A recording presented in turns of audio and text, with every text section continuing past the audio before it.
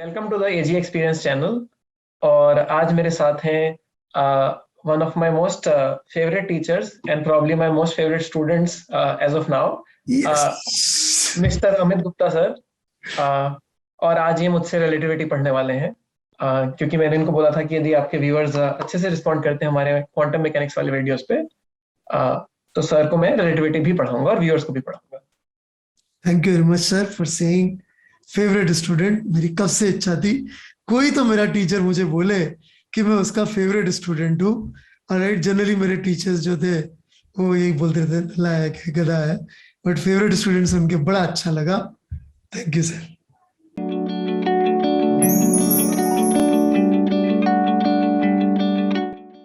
Hello everyone, आज हमारे साथ फिर से हैं मिस्टर चित्रांग मूर्तिया, बर्कले फिजिसिस्ट। और welcome Chitrang again. Thank you sir, thank you for having me. And first of all, सबसे पहले तो बहुत बहुत थैंक्स, आप अपने इतने बिजी शेड्यूल से बार बार मुझे सिखाने के लिए और हमारे व्यूअर्स को सिखाने के लिए टाइम दे पा रहे, उसके लिए many thanks from me and all of my viewers will also like to thank you, क्योंकि आपसे सीखना सभी को बहुत पसंद आ रहा है। आपका जो क्वांटम मैकेनिक्स वाला वीडियो था उस पर भी बहुत लाइक्स, बहुत व्यूज आ रहे, और बच्चों ने उसमें लिखा कि यस सर, अब तो हमने इतना कर लिया, प्लीज रिलेटिविटी पे भी चित्रांग भैया से या चित्रांग सर से बोलिए कि हमें सिखाएं।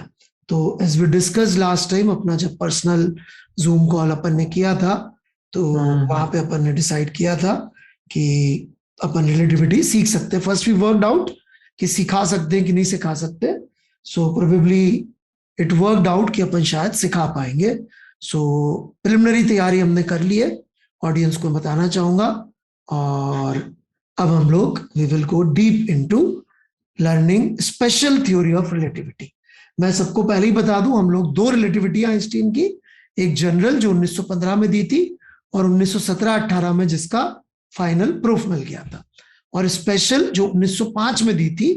हम स्पेशल थ्योरी ऑफ रिलेटिविटी की ही बातचीत इस लेक्चर में करेंगे। जनरल की बातचीत हम लोग इसमें नहीं करेंगे, वो डिपेंड करता है आगे क्या क्या रहता है उन चीजों पे, और संभव भी है कि नहीं है बिना ज्यादा मैथ्स में जाए उन सब बातों पे, तो उस पर डिपेंड करेगा जनरल।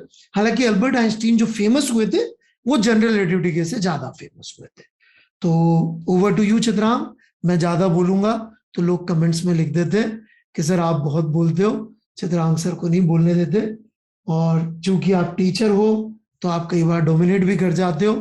तो इस बार आई विल ट्राई कि I will be like a good student, और जैसे आप लोगों के मतलब मेरे स्टूडेंट्स के बोलने पे मैं मना करता हूं तो मैं खुद ही चुप बैठूंगा ताकि मेरी डांट ना पड़े।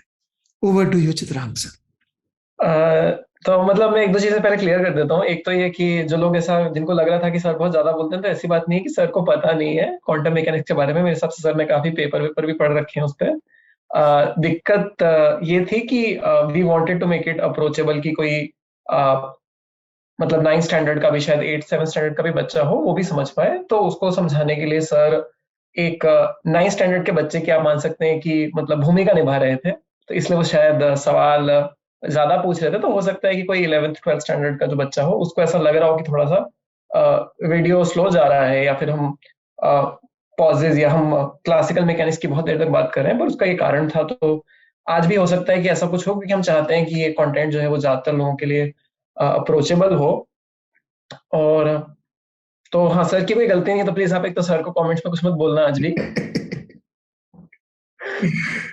वो हमारा म्यूचुअल डिसीजन था ओके ओके। कि इस तरीके से हम कन्वे करें। तो एक तो ये बात हुई, और दूसरी चीज ये है कि जो हमने डिसाइड किया है कि थोड़ा सा प्रेजेंटेशन जो स्टैंडर्ड आपको बहुत जगह टेक्स्ट बुक्स में, इवन एच सी वर्मा में, बहुत सारे ऑनलाइन वीडियोस में आपको रिलेटिविटी का इंट्रोडक्शन मिल जाएगा। और अगेन कोशिश ये है कि जो एक स्टैंडर्ड कॉलेज लेवल का या फर्स्ट ईयर लेवल का प्रेजेंटेशन होता है रिलेटिविटी का, हम वैसा नहीं रख करके थोड़ा सा एक अलग तरीके से कवर करेंगे। तो कुछ प्रूफ्स और इस तरीके की चीजों पे हम थोड़ा फोकस कम कर पाएंगे। पर आप उनके लिए रेलेवेंट मटेरियल जो भी आपको अच्छा ऑनलाइन मिल जाए, बहुत मटेरियल है, उसको यूज कर सकते हैं। पर हम उस चीज पे फोकस नहीं करके हम मेनली कॉन्सेप्चुअल अंडरस्टैंडिंग पे फोकस करना चाहते हैं। और रिलेटिविटी की जरूरत क्यों पड़ी आपको ये समझाना चाह रहे हैं, तो that is also something I should make clear. In fact Chitrang और मेरा जब से हम एक दूसरे के साथ हैं, राइट, 2013 प्रोबेबली या 12 में मिले थे, आई डोंट रिमेम्बर, तब से ये कॉन्सेप्चुअल लेवल पे चीजों को समझने की ही हमारी कोशिश रहती है। तो इसलिए हमारी फ्रिक्वेंसी पढ़ने पढ़ाने की काफी मैच होती है, बस थोड़ा सा रोल चेंज हो गया। जब ये पढ़ते थे तब भी ये इसी तरह से बात करना पसंद करते। सर अब कॉन्सेप्चुअल लेवल पे सर इसको आप थोड़ा सा पहले देखो सर, प्रूफ तो मैं खुद ही कर लूंगा, देख लूंगा वो तो, पहले ये है क्या, पहले ये समझाओ sir. And probably this is the reason he admired me as a teacher. तो क्योंकि इनका खुद का भी इनका थॉट प्रोसेस ऐसा ही है, and this is the reason he is one of my favourite students, क्योंकि ये मेरी जो बेसिक फ्रिक्वेंसी है ये उससे मैच करते कि कॉन्सेप्चुअल लेवल पे चीजें चले। इसीलिए हम दोनों की जो क्या कह सकते हैं आप उसको, जुगलबंदी, हाँ, रेजोनेंस भी कह सकते हैं। इसलिए हमारी रेजोनेंस बहुत अच्छी होती है।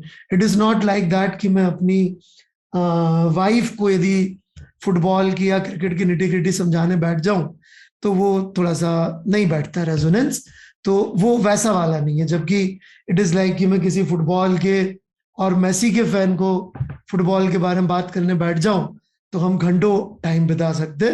तो वैसी वाली हमारी फ्रिक्वेंसी फिजिक्स के कॉन्सेप्ट्स को लेके है। बस ये है कि चित्रांक रियली फिजिसिस्ट बन चुके हैं और मैं वहीं रह गया हूं। So let's learn Chitrank sir. तो चालू करते हैं। तो बेसिकली रिलेटिविटी तक पहुंचने के लिए हमको सबसे पहले वेव्स की बात करनी पड़ेगी। तो वेव्स में जो सबसे आपने यदि वेव ऑन स्ट्रिंग देखी है या साउंड वेव देखी है कभी, साउंड वेव शायद सुनी होगी, देखी तो नहीं होगी, या वेव ऑन वाटर देखी है, तो हर वेव के एसोसिएटेड एक उस वेव की स्पीड होती है। जैसे यदि आप पानी में कोई स्टोन डालते हो तो उसके जो रिपल्स हैं वो किसी पर्टिकुलर स्पीड से प्रोपगेट करते हैं। तो उस स्पीड को लेकर के एक क्वेश्चन आप पूछ सकते हो कि वो स्पीड जो आपने मेजर करी वो किस मीडियम के रिस्पेक्ट में है या कौन से इनर्शियल फ्रेम में आपने मेजर करी वो स्पीड। यहाँ पे मैं थोड़ा वेव की स्पीड बच्चों को, क्योंकि छोटे बच्चे भी देख रहे होंगे, तो मैं थोड़ा समझा दूं वेव की स्पीड मतलब क्या क्या है।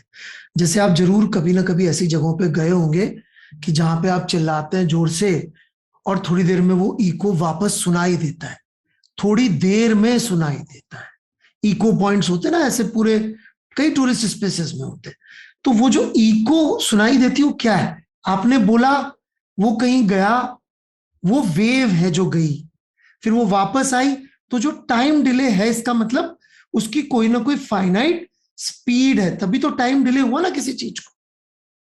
कोई भी चीज का स्पीड यदि फाइनाइट होता है तभी समय जाके आने में वापस लगता है। तो that is known as wave speed की ये जो डिस्टरबेंस है वो कितनी देर में यहां से वहां पहुंचा। जैसे कई बच्चों ने 330 मीटर पर सेकेंड शायद सुना हुआ, जो कि साउंड वेव की स्पीड होती है कि साउंड एक सेकंड में 330 मीटर के आसपास चल लेती है। वेरियस कंडीशन में थोड़ा बहुत डिफरेंस आ जाता है। तो that is wave speed. Please continue. तो अब इससे रिलेटेड एक चीज है कि अपने जैसे सर ने 330 मीटर्स का फिगर बताया, अब मान लेते हैं कि बहुत तेज हवा बह रही है, तो अब ये 330 मीटर्स जो स्पीड है और आप मान लेते हैं हवा में खड़े हैं, तो स्पीड वो स्पीड है जो आपके रिलेटिव है, यानी कि जो आप मेजर करते हो उसमें 330 मीटर्स है, कि जो हवा चल रही है उसके रिलेटिव स्पीड 330 मीटर्स है। ये क्वेश्चन आपको पूछना पड़ेगा, ये आपको सोचना पड़ेगा इस बारे में कि स्पीड ऑफ जो भी कोई वेव है वो किसके रेस्पेक्ट में होती है, क्योंकि हम जैसा कि जानते भी हैं कि स्पीड की बात करना तभी सेंसिबल है जब हम एक ऑब्जर्वर डिफाइन करें जिसके रेस्पेक्ट में वो स्पीड मेजर की जाए। तो इस पे सर कुछ आप कहना चाहेंगे? हाँ, जैसे कि आप ऐसे सोच सकते हैं इसको, ये स्क्रीन कार के अंदर जैसे आप बैठे हुए और कार चल रही है आपकी, लेट से किलोमीटर पर आवर में कन्वर्ट करके बोलने में प्रॉब्लम होगी तो मैं मीटर पर सेकंड में बोल देता हूं। आपकी कार चल रही है 20 मीटर पर सेकंड से, आप पीछे बैठे हुए और आप आगे वाले को बोलते कि भैया ड्राइवर ध्यान से चलाना, तो आपकी जो स्पीड 330 मीटर पर सेकंड है वो उस कार के अंदर 330 मीटर पर सेकेंड है, क्योंकि वो हवा पे चल रही है, लेकिन कार की हवा भी साथ में 20 मीटर पर सेकेंड चल रही है, तो ग्राउंड के रिस्पेक्ट में एक्चुअली वो स्पीड जो होगी वो 350 मीटर पर सेकेंड हो जाएगी। यही बात चित्रांग ने कही। तो ये हर वेव के साथ ही एसोसिएटेड होता है कि एक स्पीड ऑफ वेव होती है जो किसी मीडियम के रिस्पेक्ट टू उस वेव की स्पीड होती है। तो जैसे सर ने साउंड का एग्जांपल दिया, पानी में भी सोच सकते हैं, कोई नदी बह रही है, उसमें भी आप कुछ पत्थर ड्रॉप करेंगे तो जो रिपल्स जाएंगी आप ऑब्जर्व भी कर सकते हैं तेज पानी बहा के, जो पीछे की तरफ जाएंगी अगेंस्ट द फ्लो और जो आगे की तरफ जाएंगी विद द फ्लो, उनकी स्पीड में आपको फर्क दिखाई दे जाएगा। बिल्कुल बिल्कुल। तो ये आप एक्सपेरिमेंट करना चाहें तो कर सकते हैं। और तो अब क्वेश्चन आता है कि जब ये तो ठीक है, साउंड और वाटर वेव्स और इन सब वेव्स के लिए हमको पता है, पर जब मैक्सवेल ने अपनी थ्योरी दी तो उस थ्योरी से हमको ये भी पता लगा कि जो लाइट है वो एक इलेक्ट्रोमैग्नेटिक वेव है। यानी कि उसमें जैसे पानी की केस में जो पानी की सरफेस है उस पर ऑसिलेशंस हो रहे होते हैं मॉलिक्यूल्स के, वैसे ही इलेक्ट्रोमैग्नेटिज्म मतलब लाइट के केस में इलेक्ट्रिक और मैग्नेटिक जो फील्ड्स होते हैं वो ऑसिलेट करते हैं और उनकी ऑसिलेशन से light as a wave propagate करती है। ऑसिलेट मतलब कि बेसिकली होता ही है कि जैसे जो चार्ज होता है ना, चार्ज उसका जो असर होता है दुनिया पे उसको इलेक्ट्रोमैग्नेटिक फील्ड कहते हैं। और उसका जब वेरिएशन एक जगह से दूसरी जगह जा रहा होता है तो मैक्सवेल ने डिस्कवर किया, जैसा चित्रांग ने बताया, कि वो जब इलेक्ट्रोमैग्नेटिक फील्ड का वेरिएशन ट्रैवल करता है एक जगह से दूसरी जगह तो वो ही लाइट है। यही बोला आपने? जी सर। यस। तो लाइट एज अ वेव भी आप मान सकते हैं कि मैक्सवेल ने जब अपनी इक्वेशंस दी थी उसके बाद लोगों ने आइडेंटिफाई कर लिया था कि लाइट इज अ वेव। तो उसके बाद जो बड़ा क्वेश्चन और उस थ्योरी के साथ हमको स्पीड ऑफ लाइट का पता लग गया था, at least in terms of some physical constants. और कुछ समय बाद लोगों ने बहुत ही इनोवेटिव एक्सपेरिमेंट्स करके स्पीड ऑफ लाइट मेजर भी कर ली थी, जो बहुत बहुत हाई होती है। उनको मेजर करने के लिए बहुत ही सोफिस्टिकेटेड एक्सपेरिमेंट्स लोगों ने डिजाइन किए थे। तो वो एक अपने आप में एक बहुत इंटरेस्टिंग चीज है जो आप जान सकते हैं। पर जब हमको ये पता लग गया कि स्पीड ऑफ लाइट, यहाँ पे मैं एक मिनट बच्चों को एक रेफरेंस देना चाहूंगा, आप चाहे तो लिख भी सकते हो। बच्चे लोग, जो स्पीड ऑफ लाइट है इसको नापने के जो बहुत इनोवेटिव एक्सपेरिमेंट्स है, ये बहुत डिफिकल्ट नहीं है समझ में आना। यदि आप लोग चाहें तो H.C. वर्मा पार्ट 1 के अंदर एक चैप्टर स्पीड ऑफ लाइट, यदि मुझे सही याद है तो ये रहा मेरे सामने है, चैप्टर नंबर 21। तो ये बहुत इजी सा चैप्टर है, इससे आप चाहें तो कभी देख सकते हैं।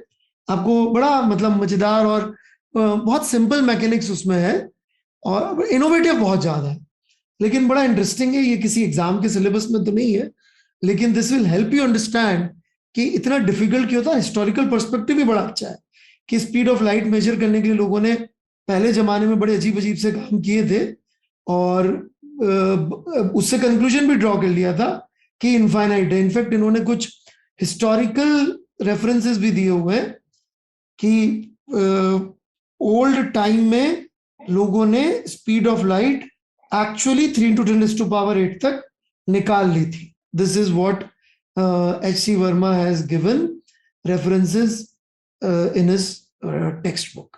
ऋग्वेदा के रेफरेंस भी दिए हुए, सो दैट्स अमेजिंग कि पहले यदि निकाल ली थी तो, एंड बाद के भी इन्होंने दिए हुए कि कैसे लोगों ने निकाले थे। So please go through this. ये बिल्कुल डिफिकल्ट नहीं है, बढ़ के समझ में आना, बेसिक से चैप्टर है, बहुत मजा आएगा आपको कि लाइट की स्पीड नापने की कहानी है इसके अंदर। प्लीज कंटिन्यू, ये चलता रहेगा, nobody should mind this. Chitrang और मेरा रेजोनेंस इस तरह का चलता रहेगा। चित्रांग ने बोल दिया he doesn't mind it, and जब चित्रांग मुझे रोके तो nobody should mind that also. ये हम लोग गपोड़े मारते फिजिक्स के, पता नहीं कब से ऐसे ही कर रहे हैं हम लोग, चलता रहता है। तुम्हें याद है चैप्टर? बहुत वेगली, अब तो बहुत वेगली चीजें पढ़ वो ना के क्या होगा सर। हाँ, और रोटेशन कर रहे हैं मिरर का बहुत तेजी से, क्योंकि ओमेगा तेज करना बड़ा आसान होता है। हाँ हाँ हाँ। तो वो वापस तभी आएगा मिरर घूम के जब वो सेम जगह पे वापस मैच आएगा। तो वो उस फ्रिक्वेंसी के बेसिस पे उन्होंने ना बताओ, बहुत अमेजिंग चैप्टर है। ये वो एक्सपेरिमेंट मुझे जरूर ध्यान है, क्योंकि वो कैसा है, मतलब बहुत एक सेमिनल आप मान सकते हैं उस जमाने में, किसी ने सोच भी कैसे लिया हाँ कि किया जा हाँ, सकता क्योंकि प्रैक्टिकली इनफाइनाइट मान के बैठे थे लोग, है। नहीं, और मतलब। नंबर बहुत लार्ज है, जैसा कि आपको दिख रहा था, यदि आपको हाँ 1 सेकंड भी मेजर करना है तो आपको लाइट सोर्सेज मतलब इतने डिस्टेंस पे रखने पड़ेंगे कि बिल्कुल एक तरीके से इम्पॉसिबल है कि उस जमाने में लाइट सोर्सेज भी कोई बहुत स्ट्रांग नहीं हुआ करते थे, लेजर नहीं थी, ऐसा कोई बहुत अल्ट्रा प्रिसिजन इंस्ट्रूमेंट नहीं थे किसी के पास। वो छोड़ो चित्रांग, उस समय पे टाइम का मेजरमेंट ढंग से हो जाए, यही नहीं था भाई। नहीं, टाइम। आई थिंक पेंडुलम और क्लॉक्स थोड़ा बहुत इसका मतलब उतनी बुरी हालत नहीं थी, आई थिंक। हाँ हाँ, अच्छा अच्छा अच्छा अच्छा अच्छा। मैं क्योंकि 1600 जब, इनका पहला रेफरेंस 1600 का है। अच्छा, हाँ, तब आई थिंक गैलीलियो ने सबसे पहले पेंडुलम का आइडिया शायद अच्छा। डिस्कवर किया था उसके, पर वो भी शायद उसी कॉन्टेम्पररी, नहीं, अच्छा, गैलीलियो और पुरानी बात हो गई तो मेरे हिसाब से। 51। हाँ। चलो। तो नंबर बड़ा लार्ज है तो ये मेजर करना बड़ा मुश्किल रहा होगा, पर जब हम्म, हमको एक बार ये नंबर मिल गया है तो अब हम एक क्वेश्चन पूछ सकते हैं कि जो स्पीड का आपने नंबर लिखा है, जो मैंने मेरी बोर्ड पे भी लिख दिया है, वो किस मीडियम के रिस्पेक्ट में है। ओके। कि लाइट वेव है तो लाइट किस मीडियम में प्रोपोगेट कर रही है। तो जैसे हम साउंड को मानते हैं कि वो एयर में प्रोपोगेट करता है, वाटर वेव्स को हम मानते हैं कि जो वाटर है उसमें प्रोपोगेट करता है, वैसे ही उन्होंने तब इसके बारे में बहुत ज्यादा नहीं सोचा, उन्होंने बोला कि जो स्पीड ऑफ लाइट है this is with respect to the medium, medium is called ether. और शायद टेक्निकल नेम उन्होंने अपने शायद लैटिनाइज जो नेम है वो लुमिनिफेरस ईथर नाम रख दिया, बहुत ही ऐसा भयंकर सा। लुमिन का संदर्भ लाइट से है, सॉरी, लुमिनिफेरस। तो उस मीडियम का नाम उन्होंने ये लुमिनिफेरस ईथर रख दिया। और ये ईथर की स्पीड बहुत ज्यादा नहीं थी, तो हमको इस सी की वैल्यू में जो हमारी मेजरमेंट में एरर थी वो बड़ी लार्ज थी, तो हम कभी हमको ये चिंता एटलीस्ट उस जमाने में नहीं करनी पड़ी लोगों को कि ये ईथर की स्पीड क्या है या ईथर का फ्रेम कौन सा है इनिशियली। ये ईथर, यदि मुझे सही याद है, तो ये टर्म जो लैटिन वगैरह में आती है, ये खाली स्पेस को रिप्रेजेंट करने के लिए आती है, वही वाला है कि? तो सिर्फ ईथर जनरली जिसको हम मतलब हिंदी में आकाश तत्व बोलते हैं एक तरीके से, हाँ हाँ हाँ, वही वही वही वही। उसको उसके आगे उन्होंने लुमिनिफेरस लगा दिया ताकि लुमिन से जो संदर्भ है ये लाइट के संदर्भ का ईथर है। पर मतलब ये एक फिलोसफिकल आइडिया ही है ना? हाँ, मतलब उस मीडियम का हमने एक नाम रख दिया है क्योंकि हमको मीडियम चाहिए, उसके बिना speed of wave makes no sense, तो हमने एक तरीके से उसका नाम रख दिया। हम मेजर करने के लिए हमको प्रिसिजन चाहिए, और जब उस जमाने में था नहीं कि भाई ये ईथर का फ्रेम कौन सा फ्रेम है ईथर। अब एक क्वेश्चन आप पूछ सकते हो कि जैसे अ, एक स्पीड हुई मीडियम के रिस्पेक्ट में, एयर के रिस्पेक्ट में साउंड की स्पीड, और एक स्पीड हुई आपके रिस्पेक्ट में एयर की स्पीड। तो आप वो दोनों सवाल पूछ सकते हो, तो उस जमाने में लेकिन हमारे पास ऐसे इंस्ट्रूमेंट्स नहीं थे कि हम हमारे रिस्पेक्ट में इस ईथर की स्पीड मेजर कर पाए, एटलीस्ट इनिशियली।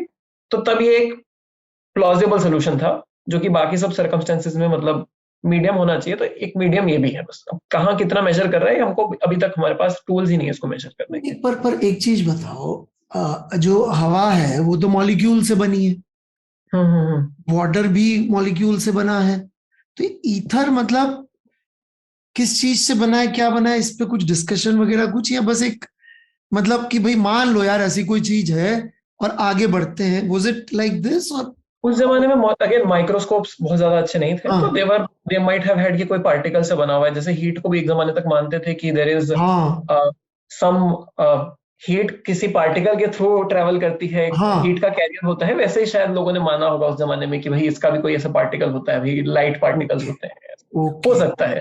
ओके अब ओके। मुझे नहीं पता कि उस जमाने में मतलब उन्होंने शायद किसी ने मतलब इस शायद पे सोचा। बहुत ज्यादा अपन को पता भी नहीं है, और इसका मतलब लेट्स अज्यूम कि it was a more of a philosophical idea, कि भाई कोई सब हम्म। जगह व्याप्त कोई ओमनी प्रेजेंट कोई चीज है विच इज ईथर, और उसमें लाइट ट्रेवल करती है, ऐसा थ्योरी दिया और टेस्ट किया तो मैच हो गया सब चीजों से। This is what we are saying till this point of time, क्योंकि पर एक जमाने में तो इनफाइनाइट स्पीड माने थे, उससे फाइनाइट स्पीड पे जब आए तो कुछ तो चाहिए था कि भाई किसी में तो ट्रेवल करता होगा, और माइक्रोस्कोपिक लेवल पे दुनिया का आइडिया था। This is what we are saying, right? हाँ, तब तक कोई तरीका नहीं था भाई इसको रूल आउट करने का, बट एज फिर जैसे जैसे टाइम आगे बढ़ता गया तो ठीक है। Obviously people had very precise instruments and they were like कि let us now try to measure the speed of this ether, जैसे हम ठीक स्पीड है। ऑफ एयर मेजर करते हैं ठीक वैसे है। चलो कोशिश करते हैं इसको मेजर करने की। ठीक है। अ, तो ईथर की स्पीड को मेजर करने का जो एक्सपेरिमेंट हुआ था वो भी काफी इंटरेस्टिंग है, तो अब उसी की बात कर लेते हैं हम। ठीक तो है। उस एक्सपेरिमेंट का नाम था माइकलसन मॉडली एक्सपेरिमेंट। और जो सेटअप है वो कुछ इस प्रकार है कि आपके पास एक सोर्स है, हम्म। वहां से आप लाइट एमिट करोगे, एक मिरर को जाके वो लाइट टकराएगी, और फिर वापस फाइनली सोर्स पे ही एक डिटेक्टर भी पड़ा हुआ है, उस पे आप उस लाइट को वापस डिटेक्ट करोगे। ठीक और है। आप you are trying to measure the travel time from source back to detector. ठीक है। आप तो क्वांटिटी आप मेजर कर रहे हो delta T between emission and detection. तो मान लेते हैं कि uh, तो हम दो डायरेक्शंस में मेजरमेंट करेंगे। तो मान लेते हैं कि फर्स्ट जो केस है उसमें हमारा मिरर ऊपर की तरफ पड़ा हुआ है, और जो सेकंड केस है उसमें हमारा मिरर ऐसा सामने की तरफ पड़ा हुआ है। तो इस केस में और इस केस में यदि हम ये length of arm is same L, तो जो टाइम इस केस में लगेगा इज 2L/V या 2L/C, और इस केस में भी लगेगा 2L/C। तो ठीक वी है। Will get the same value. ठीक है। तो सेटअप रेस्ट पे तो कोई दिक्कत नहीं है, पर यदि सेटअप मूव कर रहा होगा with respect to hmm. Ether, तो हम्म। हम ये देखेंगे कि सोर्स मान लेते हैं वेलोसिटी इस तरफ है। तो इन हम्म। द फर्स्ट केस यहाँ से एमिशन होगा, मिरर जब तक लाइट मिरर को टकराएगी मिरर थोड़ा आगे बढ़ चुका होगा, और जब मिरर वापस जो लाइट मिरर से टकरा के डिटेक्टर पे आएगी जब तक सेटअप और थोड़ा आगे बढ़ चुका होगा। तो कुछ इस तरीके का ये डायग्राम हमको ईथर के फ्रेम से दिखेगा जिसमें ठीक है। सेटअप मूव कर रहा है। ठीक है। और जो सेकंड डायग्राम है वो कुछ इस तरीके का दिखेगा। अ, इस केस में अगेन सोर्स से एमिशन होगा, जब तक रिफ्लेक्शन होगा जब तक हमारा थोड़ा सा मिरर आगे बढ़ चुका होगा, और जब डिटेक्शन होगा जब तक सेटअप थोड़ा और आगे बढ़ चुका होगा। तो इन दोनों चित्रों में आपको दिख रहा है कि जो टाइम डेल्टा टी है वो तो यहाँ पे तो हमको सेम मिला था। तो इसको delta T1 equals delta T2 equals 2L/C।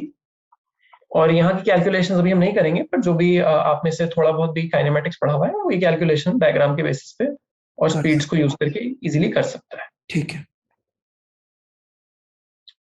तो यहाँ तक सर कुछ सवाल आपके? नहीं, ये तो समझ में आ रहा है कि दोनों में टाइम की वैल्यू डिफरेंट आनी चाहिए। तो इसमें सेकंड सेटअप में डेल्टा T1 और डेल्टा T2 अलग अलग मेजर होने चाहिए। अब मेरा सवाल ये है, परंतु ईथर के रिस्पेक्ट में चलना तो मतलब इसका मतलब क्या, क्योंकि पूरी की पूरी पृथ्वी ईथर में है। तो या तो पृथ्वी जो है वो ईथर के साथ चल रही है सेम स्पीड से, ठीक या है। पृथ्वी जो है वो ईथर के रिस्पेक्ट में चल रही है वो स्पीड से, क्योंकि मतलब पृथ्वी मूव कर रही है, हमारा सोलर सिस्टम है वो भी मूव कर रहा है, हम्म। पृथ्वी की सरफेस पे हम भी मूव कर रहे हैं, बहुत कुछ मूव हम्म। कर रहा है सेटअप। हम्म। तो हम इस सवाल का मतलब तो है भाई कि ईथर और हमारे बीच में यदि कोई स्पीड का डिफरेंस है तो वो कितना है, हम्म। क्योंकि ईथर ओके। की कोई स्पीड, कोई फ्रेम ईथर की फ्रेम होगी, कोई फ्रेम हमारी फ्रेम, ठीक है। इन दोनों फ्रेम्स के बीच में हम एक रिलेटिव स्पीड का मेजरमेंट करना चाह रहे ठीक हैं। है। तो लोगों ने एक्सपेरिमेंट डिजाइन किए और मेजरमेंट्स किया। फाइनली अपन उस पर आ जाते हैं कि मेजरमेंट का निष्कर्ष क्या निकला। तो उन्होंने हम्म। मेजर किया कि जो टाइम डिले आ रहा है between delta T1 and delta T2, तो वो दोनों की वैल्यू एग्जैक्टली बराबर आई। ठीक है। तो उनको लगा कि चलो हो सकता है कि अभी हम टेम्परली शायद एट रेस्ट हो, तो है ना 6 महीने बाद जब धरती सूर्य का चक्कर काट के बिल्कुल उल्टी वेलोसिटी से चल रही होगी, हम्म। जब देख लेंगे शायद तब तक तो, क्योंकि काफी वेलोसिटी मतलब अर्थ की speed is not very less, it is pretty मतलब सिग्निफिकेंट स्पीड। तो तब तक हो सकता है उस रोटेशन के रेवोल्यूशन के कारण शायद हमको ईथर के रिलेटिव स्पीड मिल जाए। तो 6-7 महीने बाद भी उन्होंने फिर ये मेजरमेंट्स किए, तो भी उनको यही मिला कि delta T1 is same as delta T2। तो भाई अर्थ अभी भी नहीं चल रही है ईथर के रिस्पेक्ट में। तो ये काफी एक मतलब बड़ा ही कंफ्यूजिंग सा रिजल्ट था कि कुछ भी आप कर लो, you never measured delta T1 being different from delta T2। तो यानी कि सब फ्रेम हमको ये लग रहा था कि भाई कोई भी फ्रेम है वो ईथर की ही फ्रेम है। मतलब हम पृथ्वी पे, जैसे ये जो आपने बोला, एक बार इसको बना दो कि पृथ्वी की एक पोजीशन सन की तरफ, सन के रिस्पेक्ट में, और तो इस छह केस महीने में बाद की पोजीशन। 6 महीने बाद पृथ्वी यहाँ चल रही है, तो वही पूरा चक्कर काट के आई है। ठीक है। तो अब यदि इथर कोई भी स्पीड से चल रहा होगा तो we should see something different between these two positions. These two positions we must have something different. ठीक है। और वो ऑब्जर्व नहीं हो रहा था। नहीं, बिल्कुल चेंज ऑब्जर्व नहीं हो रहा था। ओके। ओके। तो लोग इस रिजल्ट से काफी हद तक कंफ्यूज थे कि ऐसा क्यों हो रहा है कि हम कोई भी चेंज ऑब्जर्व नहीं कर पा रहे। ऑब्जर्व नहीं कर पा रहे। तो इसको एक्सप्लेन करने के लिए काफी सारे आइडियाज आए। हम्म। तो एक आइडिया ये था कि यदि हम ये मान लेते हैं कि जो एल है वो लाइट की इस मोशन की वजह से एल श्रिंक हो रहा है, तो हम इन टाइम्स को मैच करा सकते हैं इन एनी केस। ये बड़ा ही वियर्ड सा आइडिया लगता है सुनने में, बट यदि आप सिर्फ मान लेते हैं डेटा मैच कराने की कोशिश करेंगे भाई यदि ये टाइम इक्वल आने चाहिए तो यहाँ L1 और L2 की वैल्यू जो हमने इनिशियली इक्वल ली थी उनके बीच में एक्चुअली क्या डिफरेंस है, उस बेसिस पे उन्होंने जो लेंथ कॉन्ट्रैक्शन हम जिसको कहते हैं रिलेटिविटी में, जिन्होंने नहीं सुना उनको बता देता हूँ कि जो चीजें चल रही होती हैं जब एक्चुअल मतलब फुल रिलेटिविटी में, तो उनकी लेंथ कॉन्ट्रैक्ट कर सकती है। वो हम वापस आएंगे उस बारे पे। मतलब टाइम इक्वेट करने के लिए उन्होंने ये बोला कि अपन लेंथ को चेंज कर लेते हैं। हाँ, मतलब जो नंबर एल मैच दिख कराते रही हैं। है वो एल नहीं है। ये आइडिया ना हम 11th-12th में एक्चुअली ऑप्टिकल पाथ लेंथ के नाम पे पढ़ाते भी हैं कि रादर देन सेइंग कि कोई चीज टी की है किसी मीडियम म्यू में, ये मान लो कि वो म्यू टी की है, something like that, right? Right. तो इस बेसिस पे लोगों ने एक्चुअली लेंथ कॉन्ट्रैक्शन का प्रेडिक्शन भी कर दिया था, एक तरीके से हम कह सकते हैं कि भाई लेंथ इतनी कॉन्ट्रैक्ट होगी तो फिर ये T1 और T2 मैच कर जाएंगे। तो ये लोग इतने मतलब it was typically basically maths कि भाई अपन ऐसा मैथमेटिकली ये फिट कर दो तो ही मैच होगा answer. It is nothing to do with any physics और एनी लॉ ऑफ नेचर। बस बोला कि यार गणित बिठानी है तो ऐसा मान लो तो गणित बैठ रही है। एम आई करेक्ट? यस, क्योंकि हमको और कोई सोल्यूशन लोगों को दिख नहीं रहा था भाई इसका कि और कैसे हम इस T1 और T2 को इसको रिकंसाइल करें, तो उसके लिए हमने गणित बैठाने के लिए बोल दिया कि ये लेंथ कॉन्ट्रैक्ट हो जाती है। तो लॉरेंस कॉन्ट्रैक्शन वगैरह के आइडियाज दुनिया में थे और लोग इस ईथर को लेकर के बहुत ही अटैच थे अभी तक। तो सबसे पहले फिर ये हुआ कि 1905 में फिर आइंस्टाइन ने इस ईथर के आइडिया को ब्रेक करने के लिए बोला कि लाइट जो है उसका कोई भी प्रेफर्ड फ्रेम नहीं होता है, लाइट हर फ्रेम में अपनी स्पीड ऑफ लाइट से ही चलती है। ये आइंस्टाइन ने पोस्टुलेट किया एक तरीके से। उन्होंने बोला कि ये मेरा क्लेम है थ्योरी का, और यदि आप इसको मान के चलते हो तो फिर आपकी ये लेंथ कॉन्ट्रैक्शन की दिक्कतें सॉल्व हो जाती हैं, and it explains why the time is the same. क्योंकि कोई भी फ्रेम अब तो लाइट की फ्रेम ही नहीं है, लाइट तो हर फ्रेम में सी से चलती है। तो then T1 being same as T2 is not something जिसको आप एक्सप्लेन नहीं कर पाओगे। ओके। तो this was Einstein's big idea कि जो एक चीज जो उसने चेंज नहीं की वो ये है कि भाई फिजिक्स जो है वो हर फ्रेम में एक जैसी दिखनी चाहिए। तो ये तो पोस्टुलेट या जो आइडिया है इसको कहते हैं हम पोस्टुलेट ऑफ रिलेटिविटी, और ये न्यूटन की मैकेनिक्स में भी होल्ड करता है, शायद गैलीलियो की मैकेनिक्स में भी होल्ड करता है। जैसे कोई स्पेशल फ्रेम नहीं होती है। जो दूसरी बात जो आइंस्टाइन ने कही वो ये थी कि जो स्पीड ऑफ लाइट है वो हर फ्रेम में एक जैसी दिखती है, वो खुद अपने आप में एक फंडामेंटल चीज है, it is not a medium dependent quantity. मतलब है तो वेव, लेकिन इस मामले में कि जैसे सारी वेव जो होती है वो तो मीडियम के रिस्पेक्ट में वेलोसिटी होती है और फिर चेंज हो जाती है यदि मीडियम चलता है तो, लेकिन लाइट ऐसा नहीं कर रही है। लाइट की वेलोसिटी हर मीडियम में सेम है, सी ही होनी चाहिए। ये आइंस्टाइन का एक्सप्लेन होगा। फिर तो ये है कि आप जिस भी फ्रेम में एक्सपेरिमेंट कर रहे हो फिर सेटअप मूव ही नहीं कर रहा है लाइट के रिस्पेक्ट में। आपकी जो फ्रेम है मतलब लाइट फिर को वो सेटअप हमेशा ही मिरर आगे जाता हुआ ही नहीं दिखेगा। नहीं दिखेगा, क्योंकि आपकी जो फ्रेम है वही लाइट की फ्रेम है आपके एक्सपेरिमेंट के लिए। ओके। तो यानी कि सेटअप मतलब ये जो सेकंड फिगर है लाइट को कभी दिखता ही नहीं, लाइट को हर चीज ऐसी दिखती है जो हमने इधर लेफ्ट की तरफ फिगर बना दी। इस तरीके का लाइट कुछ ऑब्जर्व ही नहीं कर पाएगी कभी भी। ओके। तो this was Einstein's big idea which led to, फिर उसके मतलब इस आइडिया के बाद आप डिराइव कर सकते हैं कि इससे क्या क्या प्रेडिक्शंस आते हैं। और इसने मतलब ये लेंथ कॉन्ट्रैक्शन तो प्रेडिक्ट की ही, पर बहुत ही अलग अलग वियर्ड चीजें प्रेडिक्ट की जिनका तब तो कोई सेंस भी नहीं बना पा रहा था। जैसे कि टाइम डायलेशन की, भाई दो ऑब्जर्वर्स यदि चल रहे हैं तो मूविंग ऑब्जर्वर का टाइम और जो रेस्ट पे उस ऑब्जर्वर का टाइम उनमें भी फर्क होगा। तो इस तरीके की बहुत ही मतलब वियर्ड सी चीजें प्रिडिक्ट हुई और उस पर काफी सारे पैराडॉक्सेस भी आपको मिल जाएंगे। बट अगेन हम उसमें बहुत ज्यादा अभी नहीं जाना चाहते हैं। तो आइंस्टाइन के दो पोस्टुलेट में एक बार आपके लिए वापस रिकैप कर देता हूँ। तो फर्स्ट इज रिलेटिविटी।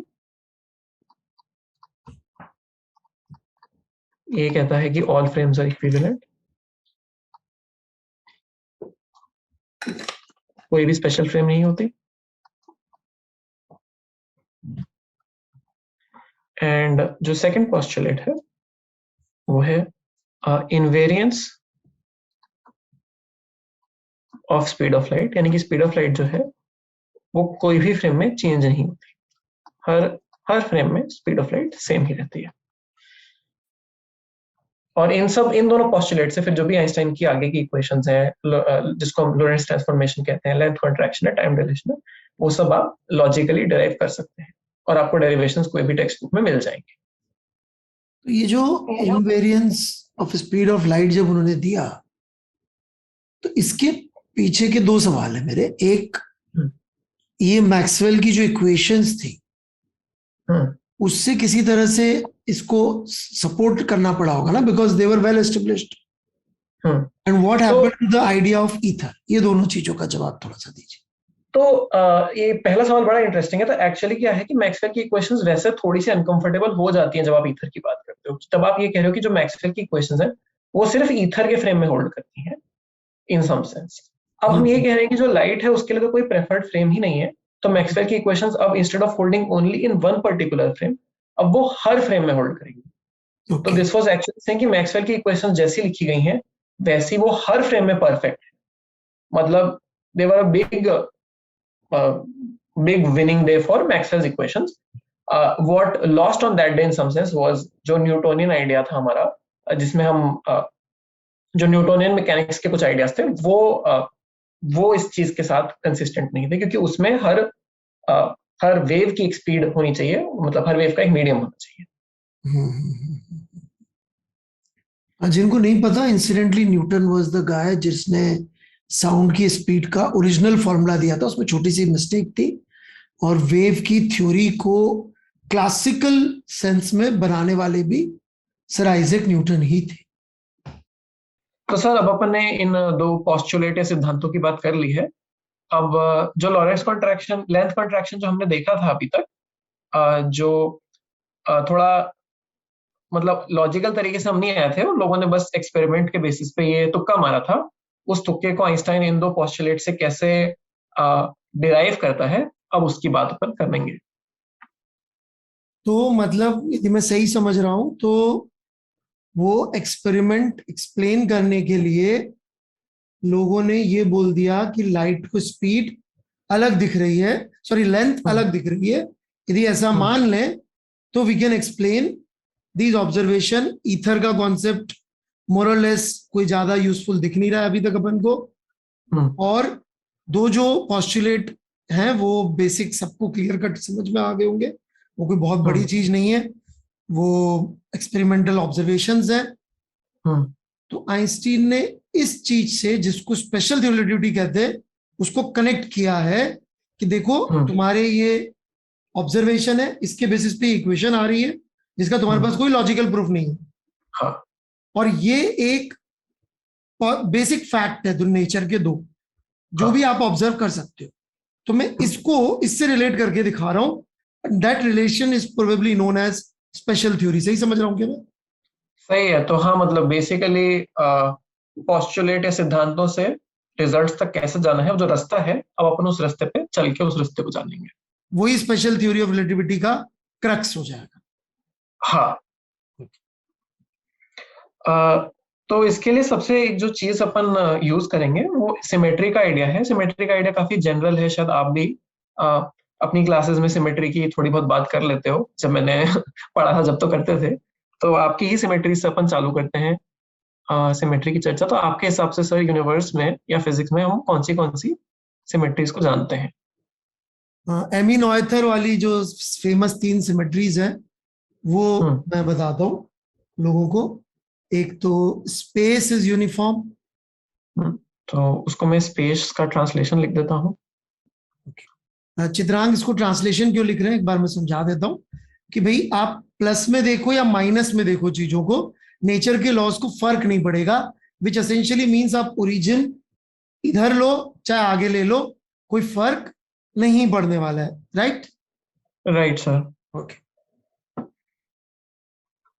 दूसरी होती है टाइम की यूनिफॉर्मिटी, राइट? अच्छा, इनफैक्ट स्पेस के ट्रांसलेशन से मैं बोलना चाहूंगा, एमी नॉयथर की थ्योरम मोमेंटम कंजर्वेशन डिराइव कर देती है, राइट? और टाइम ट्रांसलेशन से का मतलब है कि लॉज ऑफ फिजिक्स पास्ट में जैसे लग रहे थे प्रेजेंट में भी वैसे ही लग रहे हैं और फ्यूचर में भी वैसे ही लगेंगे। मतलब लॉज ऑफ फिजिक्स टाइम में इनवेरिएंट है, इस तरह की चीज को Emmy Noether conservation of energy derive कर देती। और तीसरी सिमेट्री सर जो आप तीसरी सिमेट्री होती है रोटेशन की सिमेट्री, एज इन कि यदि आप एक्सिस को टर्न करके देखो तो भी स्पेस पे कोई फर्क नहीं पड़ता है, which leads us to the third conservation law, which is conservation of angular momentum. तो इससे जो हमारे यंग व्यूअर्स हैं, श्रोता हैं, देखने वाले हैं, उनको समझ में आएगा कि ये इतने फंडामेंटल लॉ ऑफ फिजिक्स हैं कि ये सब जगह यूज होते हैं। जो एक चौथी सिमेट्री हम हमारे पहले पोस्टुलेट के बेसिस पे इंट्रोड्यूस करेंगे, क्योंकि हमने बोला कि सारी फ्रेम्स इक्विवेलेंट हैं, तो एक चौथी सिमेट्री भी हो सकती है जो हमको एक फ्रेम से दूसरी फ्रेम में लेके जाए।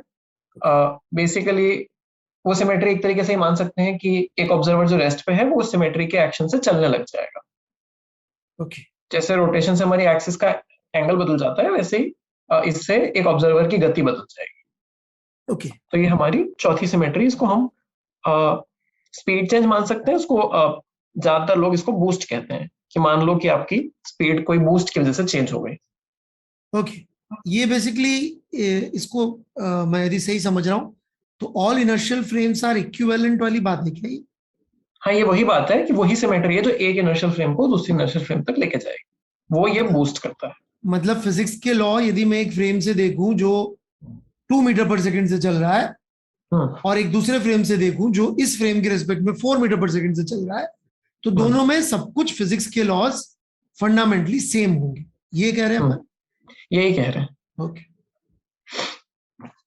तो अब इन चार सिमेट्रीज को यूज करके और हमारे जो दो पोस्टुलेट्स थे, पोस्टुलेट ऑफ रिलेटिविटी और invariance of speed of light, उनको यूज करके अब हम लेंथ और टाइम दो फ्रेम्स में कैसे एक दूसरे से रिलेटेड है उसको डिराइव करेंगे। और वो एक तरीके से आइंस्टाइन का, मतलब हम कह सकते हैं एकदम क्राउन ज्वेल है, और उसका नाम लोरेंट्ज ट्रांसफॉर्मेशन है। तो उसका डेरिवेशन हम एकदम प्रॉपर लॉजिकल तरीके से करेंगे। ठीक। जिसको कुछ भी नहीं पता हो वो भी ये डेरिवेशन तक पहुंच सकता था। जानने मतलब समझने वाली बात है कि ये डेरिवेशन बिल्कुल सिर्फ इन बेसिक, मतलब कुछ हद तक लैंग्वेज के जो स्टेटमेंट्स हैं उनसे हम इस डेरिवेशन तक पहुंचेंगे। तो सबसे पहली चीज जो हम करेंगे वो ये है कि रोटेशन को यूज करते हुए हम ये मान लेंगे कि जो स्पीड है दो फ्रेम्स के बीच की, वो सिर्फ एक्स डायरेक्शन में है। तो सारा के सारा जो काम है वो सिर्फ एक्स डायरेक्शन में ही हो रहा है। तो इस तरीके से हम एक तरीके से 4 डायमेंशन, 1 टाइम और 3 स्पेस को सिर्फ हम एक डायरेक्शन में ही भी मान के थोड़ा अपना काम आसान करने के लिए कर लेंगे। तो अब अपन बात कर लेते हैं कि एक फ्रेम है, उसका नाम, फ्रेम का नाम F है, और ये उसके X, Y और Z है। वो रेस्ट पे है, और उसके रिस्पेक्ट में एक फ्रेम है दूसरा, ये ग्रीन कलर से, इसका नाम F प्राइम है, और इसका X प्राइम तो सेम ही है, पर क्योंकि ये फ्रेम F के रिस्पेक्ट में v वेलोसिटी से चल रहा है, तो इसका ओरिजिन मूव करने की वजह से इसके y प्राइम z प्राइम थोड़े टाइम के बाद थोड़े आगे बढ़ चुके हैं। ये मैं एक मिनट समझा दूं बच्चों को कि देखो भाई क्या कह रहे हैं चित्रांग सर, कि भाई ये जेड एक्सिस अब वो नहीं रही है जो उधर थी ब्लू वाली, और ग्रीन वाली जेड एक्सिस थोड़ी आगे पीछे हो गई है, लेकिन एक्स एक्सिस वही है। हालांकि ओरिजिन दोनों के डिफरेंट है, लेकिन एक्सिस में डिफरेंस नहीं है एक्स की।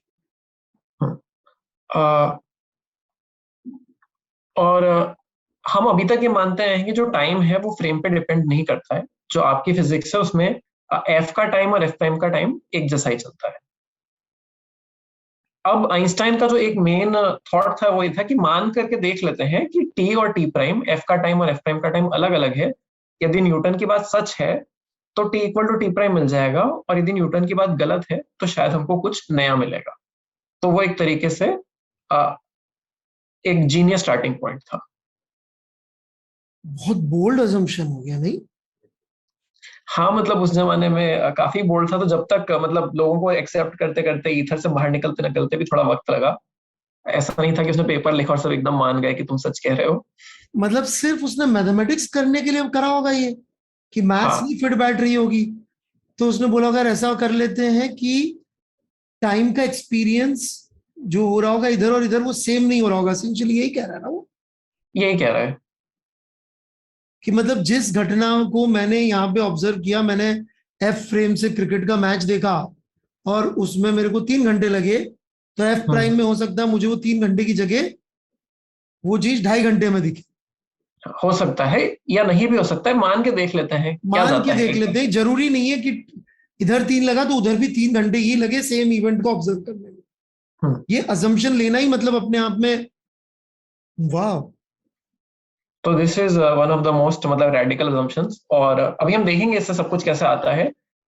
तो अब बात कर लेते हैं कि मैं हम अब चाहते एक कि। मिनट, एक मिनट, जी। थोड़ा सा बदमाश बच्चा हूँ, चलेगा क्या? हाँ हाँ। सर वो अपन भी, आप भी कुछ ऐसा तगड़ा सा उल्टा सीधा assumption ले रहे हो क्या आजकल? अभी अपनी तो ऐसा रिसर्च, कुछ नहीं कर रहे। अभी ऐसा नहीं कर रहे? मतलब एक्चुअली लगता नहीं है आपको कि कुछ कर रहे हो, फिर पता नहीं बाद में लोगों को कैसा लगे। अभी भी कुछ मतलब कम्युनिटी में मुझे लगता है थोड़ा फ्रेगमेंटेशन तो होता है, कुछ लोगों को, कुछ लोगों की बात थोड़ी अटपटी लगती है। अच्छा, अ, तो आपने लिया क्या ऐसा कोई अटपटा सा assumption? मतलब हाँ, पेपर्स में कई बार ऐसी चीजें होती हैं जिनसे दूसरे लोग अग्री नहीं करते हैं, फिर आप कॉन्फ्रेंस देते हो तो लोग काफी आपको ग्रिल भी करते हैं कि तुम ये कह रहे हो, ये गलत है, है? ऐसा नहीं होना चाहिए। हाँ हाँ बहुत होता है। अरे भगवान, वो ग्रिल करने वाले ऐसा थोड़ी कि बंदे, आइंस्टाइन और हाइजेनबर्ग ही अपने जमाने में चर्चा करते थे, वो चर्चाएं तो अभी तक ऐसे चलती आई। तो मतलब जैसे चित्राग मूर्तियां खड़ा होके अपना वो दे रहा है कॉन्फ्रेंस में, और कोई प्रोफेसर है कहीं पे, और वो हो सकता है वो मतलब ये तो गड़बड़ है इसमें, ये लॉजिकल ऐसे कर रहा है, and then you have to defend it. Hmm. ऐसा हुआ है? मैं जनरली अभी तक मैंने मेरे टॉक्स बहुत ही इनऑफेंसिवली दिए हैं। थोड़ा बिकॉज यू ध्यान आर रखना है। सच अ जेंटल पर्सन। नहीं, दिस इज बिकॉज अभी तक प्रोफेसर से लड़ने वाली वो नहीं है हमारे पास, ताकत नहीं है। प्रोफेसर बनने के बाद ही आप ये हरकतें कर सकते हैं उसके अंदर। अच्छा, तो उससे मैं हाँ जी कह के बच के निकल गए, हाँ but you have confidence in what you are doing कि ये भले ही इसको रेडिकल लग रहा है पर मुझे लॉजिकल दिख रहा हाँ। है। ओके। कई बार हो सकता है रेट्रोस्पेक्टिवली फिर आप वापस क्वेश्चन भी करते हो, ऐसा नहीं है, हमेशा ये नहीं होता कि जब आपने पेपर लिखा उसके हो सकता है 3 साल बाद फिजिक्स वापस, क्योंकि कंटिन्यूअस प्रोसेस है। तो ठीक। तब हो सकता है आपको लगता हो, फिर वापस 1-2 साल बाद आपको लगता है कि शायद आप कुछ गलत कर रहे हो, तो आप सोचते रहते हो। वाह, keep improving on your physics I guess. मजे आते होंगे यार बहुत। हाँ सर, आप भी कर लेते थोड़ी मैथ्स वैथ्स पर। अब मैं बोलना नहीं चाहूंगा, वहां है? दुखते रख पे हाथ नहीं रखना चाहूंगा, पर आप भी सर थोड़ी मैथ्स पढ़ लेते तो शायद आप भी करते हैं।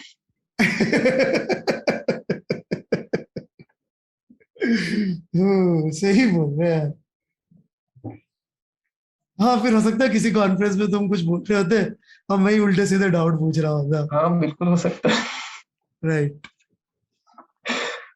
हाँ, पर आपने फिर आप वहां होते तो हमको इंस्पायर कौन करता, तो ठीक है, शायद ये उतना अच्छा आइडिया भी नहीं है। अच्छा, फिर ठीक है, ठीक है, आई एम ओके। तो हाँ, इस assumption से चालू करते हुए अब अपन एक्स प्राइम और टी प्राइम को एक्स और टी से रिलेट करना चाहते हैं। ठीक है। तो अ, ये चित्रांग ने 2 घड़ियां बना दी भाई, जो फिलहाल सेम टाइम दिखा रही है, राइट? ऐसा मान लिया, मतलब कुछ भी अभी अलग अलग अलग मान रहे अलग हैं। अलग घड़ियां हमें पता नहीं, ठीक हम्म। अ, तो इन जनरल एक्स प्राइम और टी प्राइम जो है वो एक्स और टी के कोई विचित्र फंक्शन होंगे, हो सकते हैं।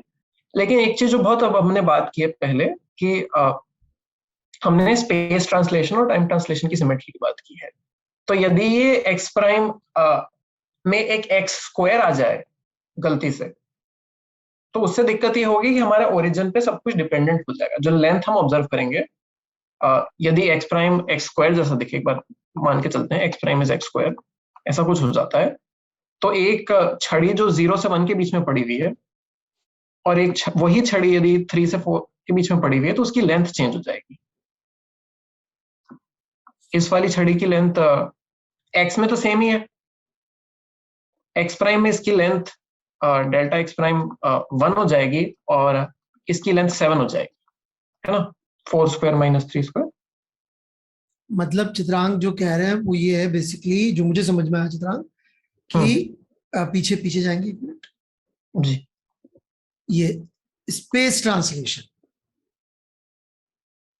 कि अपन ने ओरिजिन कहाँ चूज किया, इस पे फिजिकल चीजों की लेंथ डिपेंड करने लग जाएगी, which is not logical, right? ठीक, राइट। ठीक। तो इसीलिए इसमें कोई X square X cube X की पावर 35 ऐसा कुछ नहीं आ सकता है। वैसे ही T square T cube T की पावर 35 ऐसा कुछ भी नहीं आ सकता है। और वैसे ही टी प्राइम में भी ऐसा कुछ विचित्र सा नहीं आ सकता है, क्योंकि उससे हमारी ट्रांसलेशन की इनवेरियंस या तो स्पेस की या टाइम की टूट जाएगी। ये सुपर पोजिशन में पढ़ाता था मैं, F of X plus Y is equal to F X plus F Y. हाँ हाँ उसी तरफ जा रहे हो क्या? हाँ, तो ये लिनियर फंक्शंस होंगे, आप भी बिल्कुल सही जगह पहुंच गए हैं। अभी फंडामेंटल पढ़ते यार हम लोग। हम्म। तो डेल्टा टी प्राइम को हम कह सकते हैं कि ये कुछ A T plus B X type का दिखेगा, और एक्स प्राइम जो है वो कुछ M X plus N Y type N T type का दिखेगा। यहाँ हमको अभी ए बी एम और एन की वैल्यू पता नहीं है, वो हम अब ज्ञात करने की कोशिश करेंगे। ठीक, मतलब हमने इस कंक्लूजन पे पहुंचे हैं कि एक्स डैश का कोई रिलेशनशिप होगा तो लीनियर ही हो सकता है, नॉन लीनियर होगा तो जो फर्स्ट पॉस्टुलेट है वो फेल हो जाएगा। और वो एक ऑब्जर्व फैक्ट है कि मैं यहां बैठ के किसी की लेंथ नापू, चाहे 2 किलोमीटर आगे जाके लेंथ नापू, उसी ऑब्जेक्ट की सेम आती। ठीक है। अब हमारी कोशिश रहेगी कि हम इस ए बी एम और एन को इस पर्टिकुलर सेटअप के लिए कैलकुलेट करें, और उसके लिए हम वापस थोड़े पोस्टुलेट्स का सहारा लेंगे। तो हम बात कर लेते हैं कि जो वेलोसिटी है वी प्राइम, उसका मान कितना होगा। तो V prime is equal to delta X prime divided by delta T prime. ठीक है, ये एफ प्राइम में वेलोसिटी है, और इसको मैं यहां डालूंगा। एफ तो प्राइम में वेलोसिटी, एफ प्राइम की वेलोसिटी, एफ प्राइम में कोई चीज की वेलोसिटी, एफ प्राइम में किसी चीज की वेलोसिटी है। ठीक, और मैं उसको एफ में किसी चीज की वेलोसिटी से भी रिलेट करूंगा। ठीक ठीक। तो M delta X plus N delta T, और नीचे की तरफ A delta T plus B delta X हो जाएगा, और मैं न्यूमरेटर और डिनोमिनेटर दोनों को डेल्टा टी से डिवाइड करूंगा, तो मुझे मिल जाएगा एम एम वी बोल लेते हैं। ऐसा करते हैं इसको, क्योंकि मैंने इसको वी बोला है तो कंफ्यूजन ना हो, इसके लिए मैं इसको यू बोल लेता हूँ, ठीक है, कि हम थोड़ा कंफ्यूजन अवॉइड कर लेंगे। By M upon A plus B U. यहाँ पे यू क्या है? यू जो है वो एफ में वेलोसिटी है, और यू किसी प्राइम जो चीज है की। वो एफ प्राइम में किसी उसी चीज की वेलोसिटी, सेम चीज की वेलोसिटी एफ और एफ प्राइम में, यू और यू प्राइम। ठीक है, मैं एक बार ये थोड़ा सा डिटेल में समझा देता हूँ क्या कर रहे हैं। तो देखो भाई, कोई एक चीज है, उसकी वेलोसिटी नाप रहे, एक ऑब्जर्वर नाप रहा है यहां बैठ के, एक ऑब्जर्वर नाप रहा है यहां बैठ के, यही है। हाँ, जो एफ में बैठ के नाप रहा है किसी चीज की वेलोसिटी, उसने बोला जी मुझे तो यू दिख रही है। अब एफ प्राइम में बैठ के जो बंदा वेलोसिटी नाप रहा है, वो वेलोसिटी नापने के लिए क्या करेगा, उसके फ्रेम में कोई चीज कितना एक्स में चली, that is delta x dash, delta X prime, और जो उसकी फ्रेम में टाइम का पैसेज हुआ वो उस टाइम से डिवाइड करेगा। और हमने ये मान लिया कि कोई लीनियर रिलेशनशिप टी प्राइम और एक्स प्राइम का एक्स और टी के साथ है, तो अपन ने यहाँ पे पुट किया और डेल्टा टी से ऊपर नीचे डिवाइड कर दिया, तो रिलेशनशिप आ गया। सही समझा सर? बिल्कुल सही समझे सर। ओके, अब हम इस u और u प्राइम की दो स्पेशल वैल्यूज की बात करके कुछ m और n के बीच में रिलेशनशिप, इन चारों के बीच में डिटरमाइन कर सकते हैं। तो हमको ये पता है कि यदि हम u को 0 मान लेते हैं, या पहले ऐसा करते हैं, हम u को v मान लेते हैं, उसका ये मतलब है कि f के रिस्पेक्ट में जो v से चल रहा है, एफ के रिस्पेक्ट में कोई ऐसी चीज जो वी से चल रही है, वो ठीक एफ है, प्राइम में ऑब्वियसली रेस्ट में हो जाएगी, और एफ प्राइम क्योंकि में एफ रेस्ट प्राइम पे हो खुद ही जाएगी। बी से चल बिल्कुल रहा सही है। बात, बिल्कुल सही बात। तो इस केस में यू प्राइम की वैल्यू 0 आ जाएगी। ठीक है, इनको मैं इसमें प्लग कर देता हूँ, पुट कर ठीक देता है, हूँ। ठीक है, उससे मुझे मिल जाएगा कि एम वी प्लस एन बराबर 0। ठीक है, और यहां से मेरे को पहला रिलेशनशिप मिल गया कि आ, या एक और कर लेते हैं, फिर अपन तीनों को मैं रिलेट करके दे दूंगा। अच्छा, तो दूसरी चीज जो हमको पता है कि यदि हम u में कोई चीज 0 से चल रही है, ओके, यानी कि f में रेस्ट पे है, ओके, तो वो f प्राइम में माइनस v से चलनी चाहिए। ये बिल्कुल सही रिलेटिविटी है। बात है। कोई चीज रुकी हुई है और ऑब्जर्वर आगे भाग रहा है तो चीजें पीछे चलती दिखाई देगी। और उसी स्पीड से पीछे चलनी चाहिए। वेरी गुड, सही है, बिल्कुल। तो यहां से मुझे मिल जाएगा कि जो एन, से यू को 0 पुट कर दो, माइनस लिख ही दो ना। इक्वल्स हाँ, एन बटा एन बाय। ए, ठीक है, तो यहां से मुझे ए के टर्म्स में एम और एन का मान ज्ञात हो जाएगा। तो एन का जो मान है वो आ जाएगा माइनस ए वी, और मैं उसको यहां डालूंगा तो मुझे मिल जाएगा कि एम बराबर ए। ठीक है, ठीक है। तो इसको मैं अगले उस पर थोड़ा सिंप्लीफाई करके लिख लेता हूँ कि मुझे मिल गया है अब अ, जो भी इसको सीखना चाहे लिटरेरी डेरिवेशन, साथ साथ पेन चलाते रहिएगा तो जल्दी जल्दी समझ में आ जाएगा। हम्म, तो अब अपन ने जो पहले लिखा था उसमें अब मैं सब्स्टिट्यूशंस दे रहा हूँ। तो एक्स प्राइम का मान हो जाएगा एक्स माइनस यू टी, और टी प्राइम का मान हो जाएगा A T plus B x.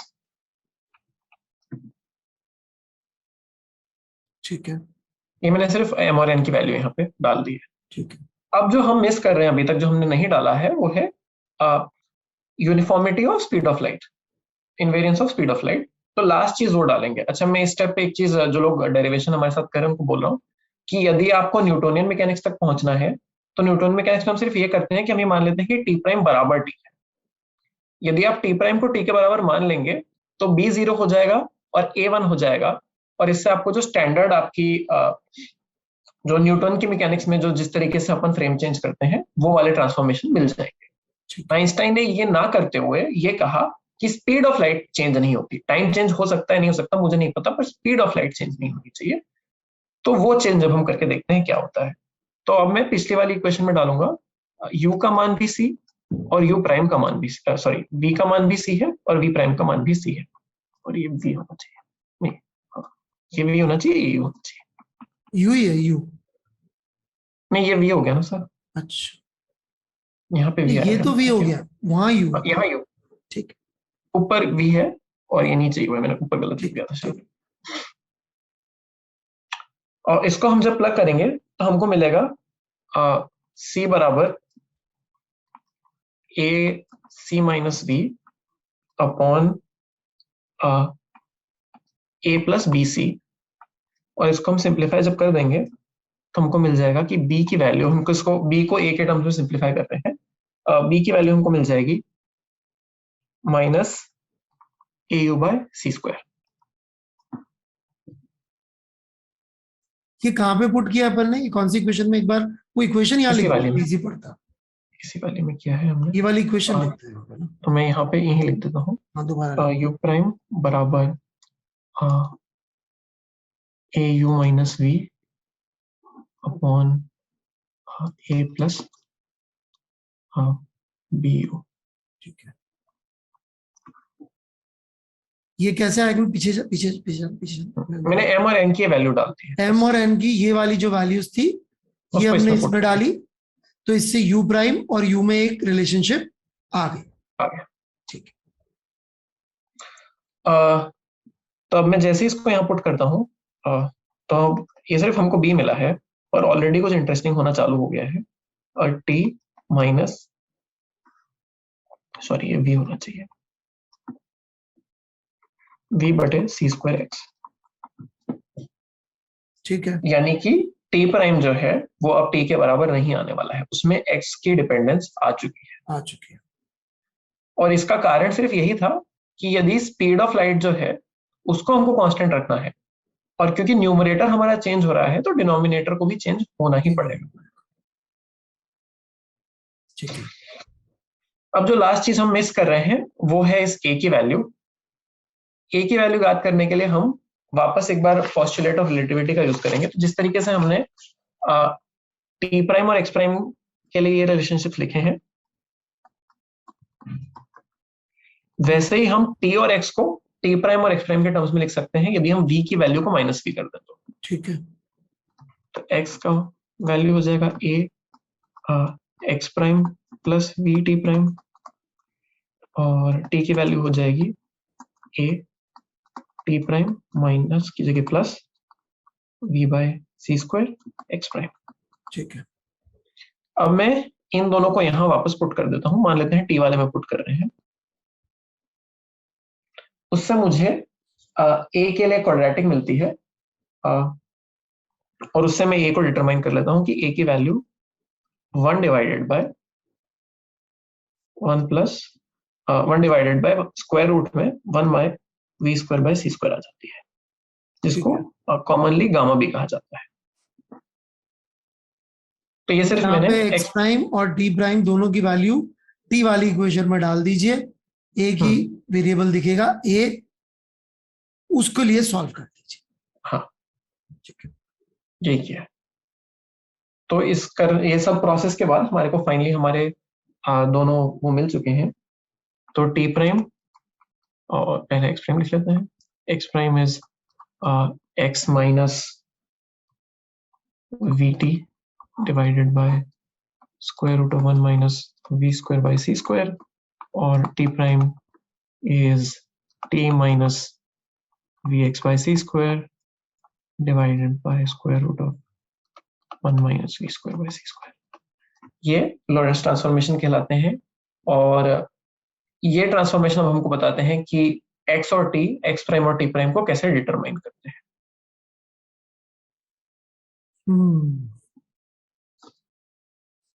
और इससे लेंथ कॉन्ट्रैक्शन कैसे दिख जाता है? इससे लेंथ कॉन्ट्रैक्शन देखने के लिए बस हमको एक चीज और करनी है, वो यही है कि अब अपन बात, अच्छा तो सबसे पहले मैं आपसे एक सवाल पूछता हूँ सर, कि यदि आपको कोई चीज की लेंथ मेजर करनी है और वो आपकी फ्रेम में चल रही है, तो आप उसकी लेंथ कैसे मेजर करते हैं? चल रही है, उसके मतलब दो, मूव कर रही है।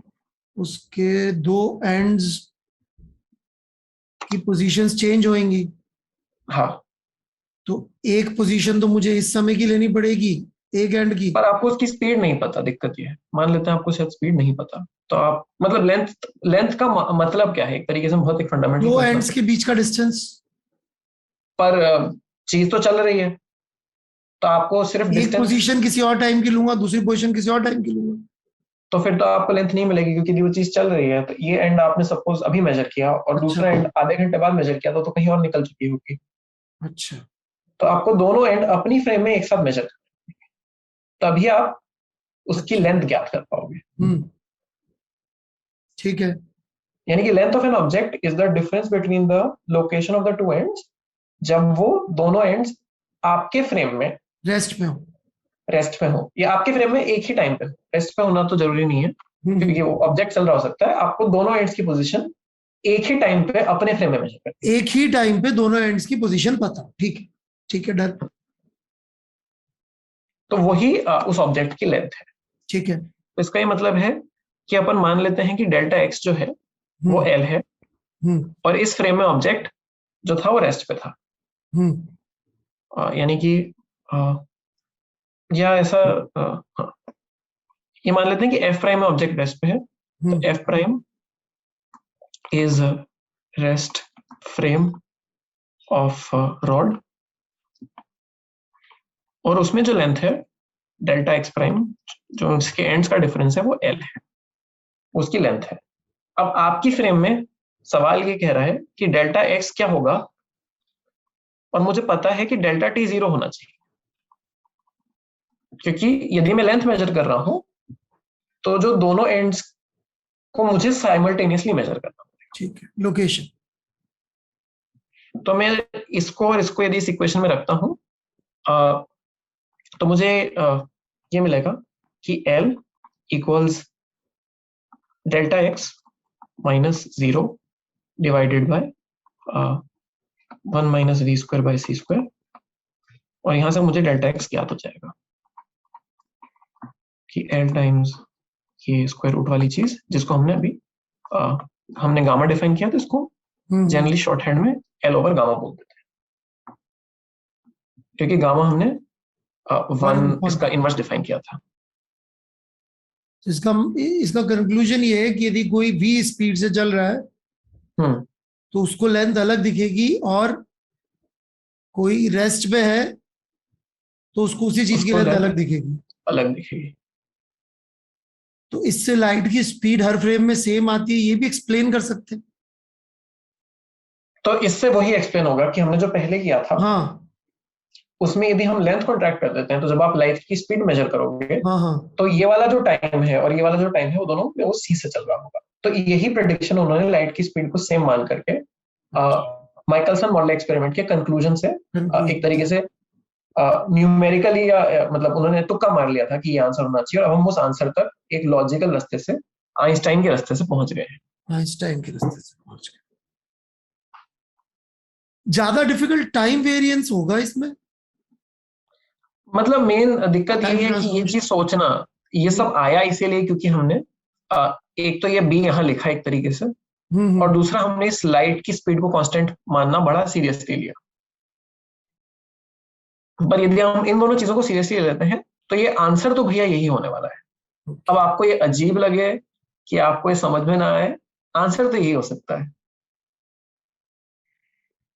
तो ये थोड़ा काउंटर इंट्यूटिव है, पर इसके अलावा हो कुछ और नहीं सकता।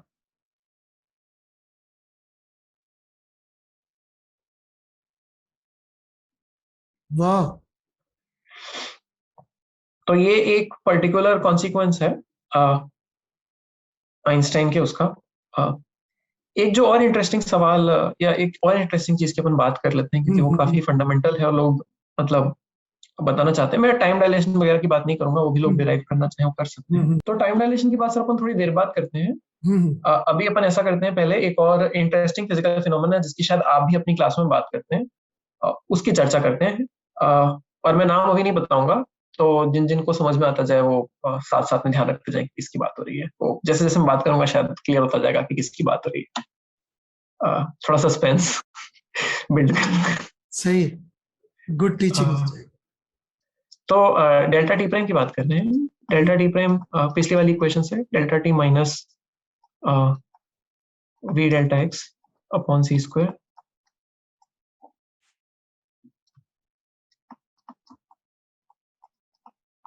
ये हमको पता ही था। अब ऐसा करते हैं कि दो ऐसे इवेंट्स मान के चलते हैं जो एक के बाद ही दूसरा होना चाहिए। यानी कि मैंने बॉल फेंकी और आपने बॉल पकड़ी,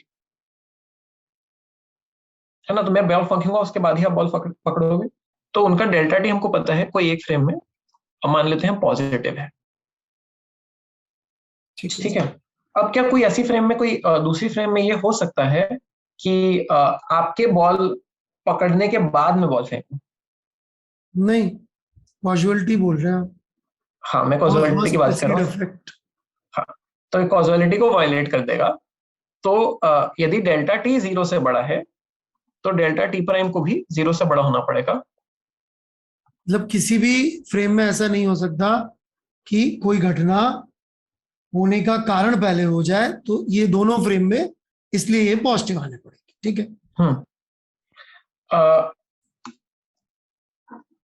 अब यहाँ पे हमको लगता है एक तरीके से कि हम डेल्टा एक्स को कितना भी बड़ा कर सकते हैं, है ना। और यदि हम बहुत ज्यादा बड़ा कर देंगे तो हम डेल्टा टी प्राइम को नेगेटिव बना देंगे। ठीक है। वी की मैक्सिमम वैल्यू एक तरीके से सी हो सकती है, मैक्स टू मैक्स, या अभी इससे हमको ये पता लग रहा है, अभी बात नहीं करते हैं। तो वी डेल्टा एक्स जो है डिवाइडेड बाय सी स्क्वायर, इसको हमेशा डेल्टा टी से छोटा होना पड़ेगा फॉर कॉज इफेक्ट पेयर। ठीक है।